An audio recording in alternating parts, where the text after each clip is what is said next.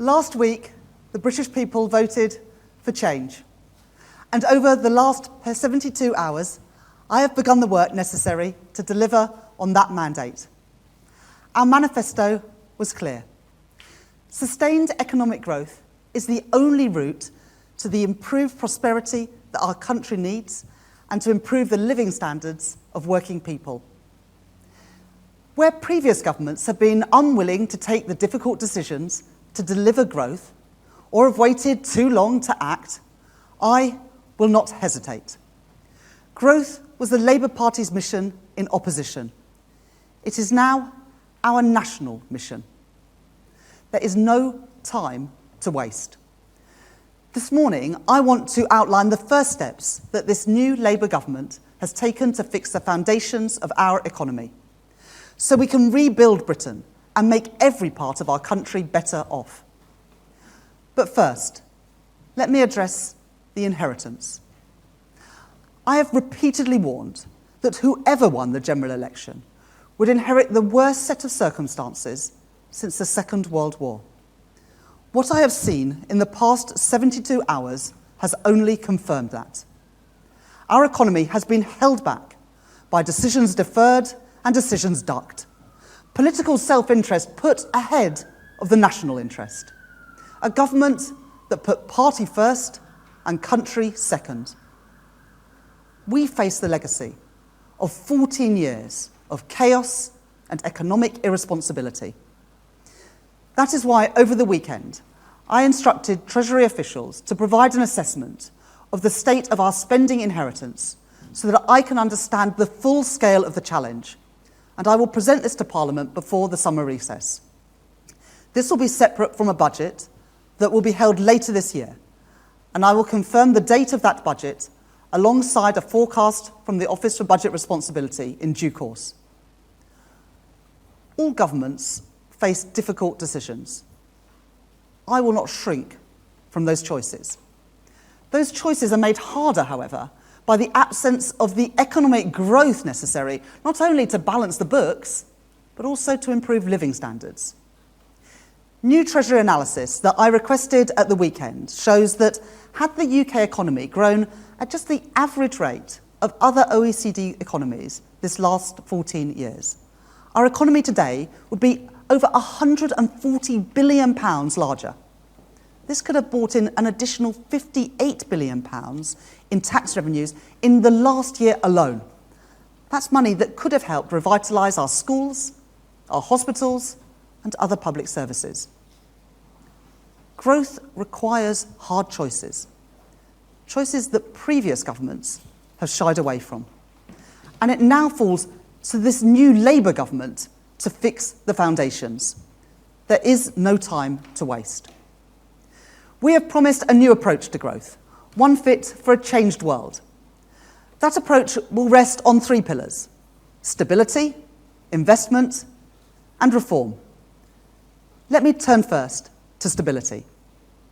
In the run-up to the general election, I set out the crucial first steps in our economic plans to deliver economic stability so we can grow our economy and keep taxes, inflation, and mortgages as low as possible.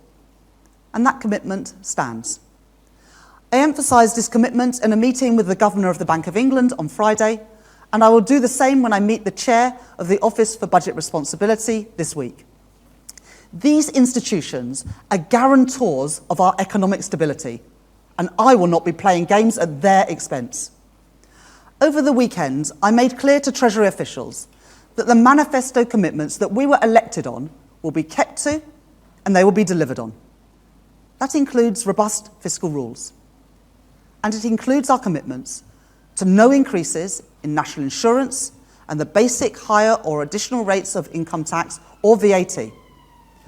Now, I know that there are some who will argue that the time for caution is past, who hold that the platform on which we were elected, the platform that the British people voted for last week, can now be swiftly forgotten, that we can toss aside those fiscal rules or renege on our tax pledges, that a large majority in Parliament means we have the licence to row back on the principles of sound money and economic responsibility. I know that many of you aren't used to hearing this after recent years, but I believe that the promises that a party is elected on should be delivered on in government, and we will do so. We do not take lightly the trust of voters who have been burned too often by incompetence, irresponsibility, and recklessness. And to investors and businesses who have spent 14 years doubting whether Britain is a safe place to invest.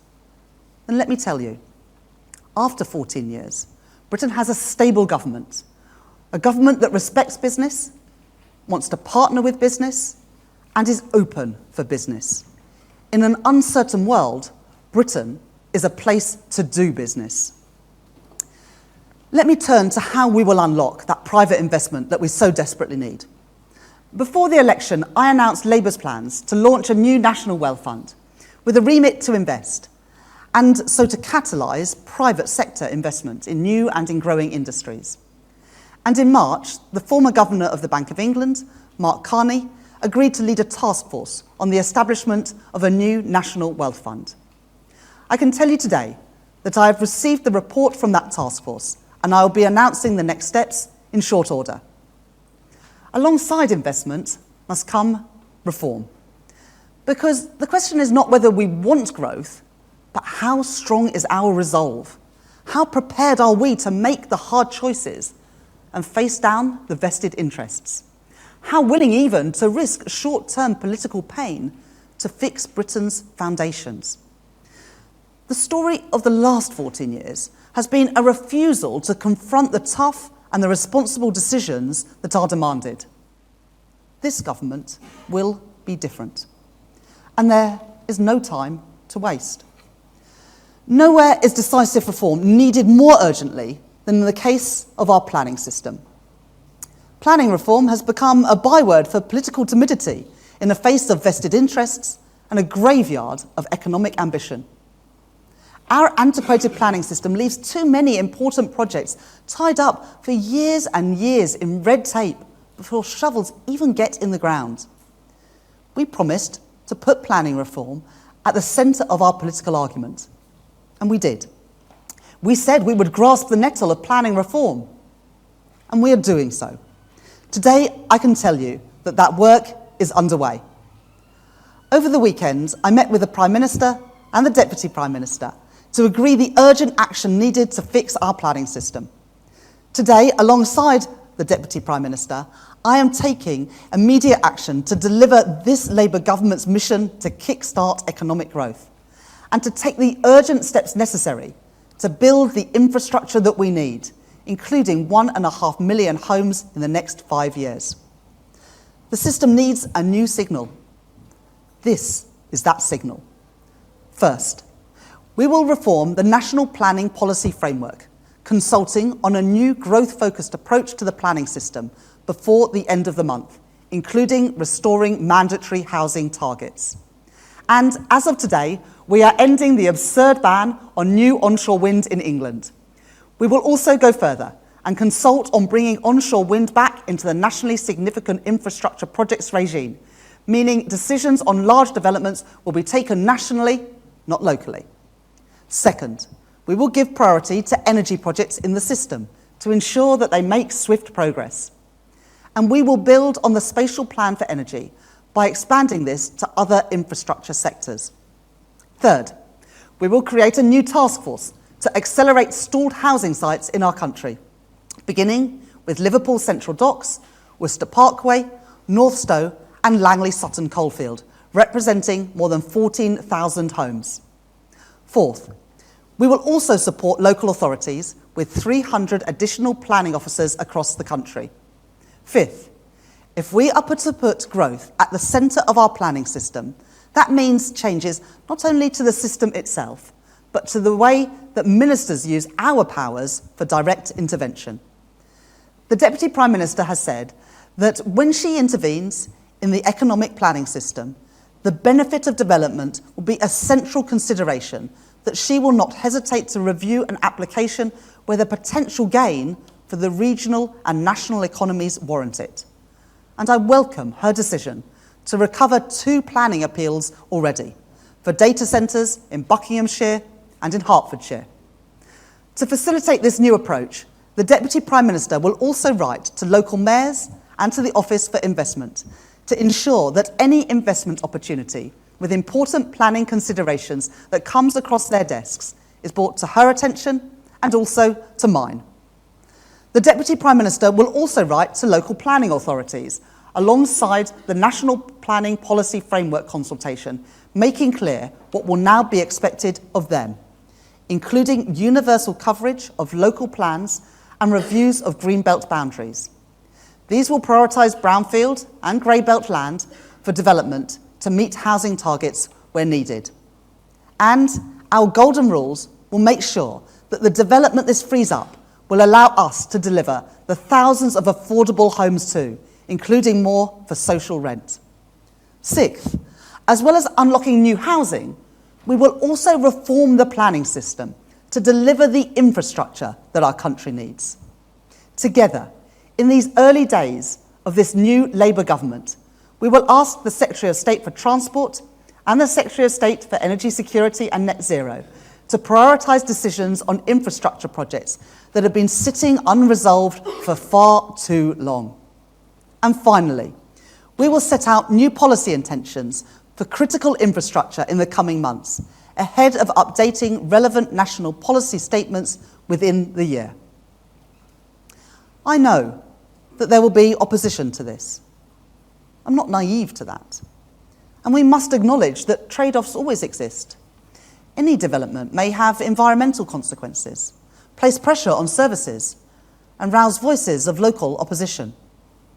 But we will not succumb to a status quo which responds to the existence of trade-offs by always saying no, and relegates the national interest below other priorities. This Labour government has been elected on a mandate to get things done, to get Britain building again. We will make those tough decisions to realise that mandate. With these steps, we have done more to unblock the planning system in the past 72 hours than the last government did in 14 years. Be in no doubt, we are going to get Britain building again. We are going to get Britain's economy growing again, and there is no time to waste. We will end the prevarication and make the necessary choices to fix the foundations. We will introduce a modern industrial strategy to create good work and drive investment in all of our communities. We will reform our skills system for a changing world of work. We will tackle economic inactivity and get people back to work. We will take on the hard work of reforming our public services to make them fit for the future.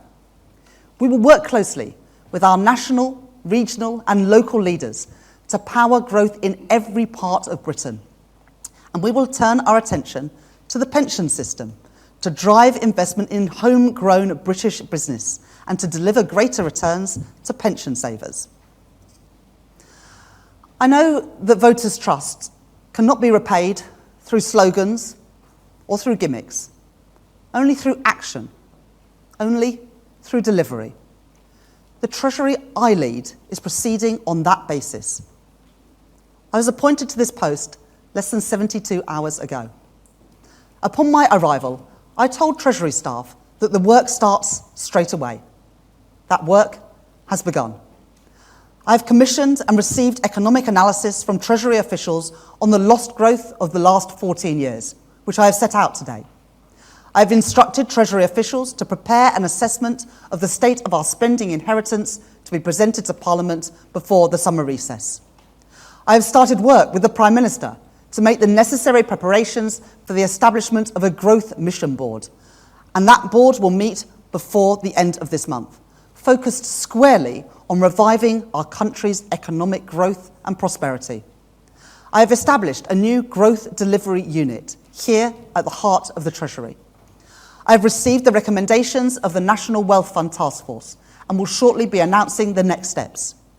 And in these first 72 hours, we have done more to reform the planning system than previous governments have done in 14 years. There is much more to do. More tough decisions to be taken. You have put your trust in us. and we will repay that trust. The work towards a decade of national renewal has begun. There is no time to waste, and we are just getting started. Thank you very much.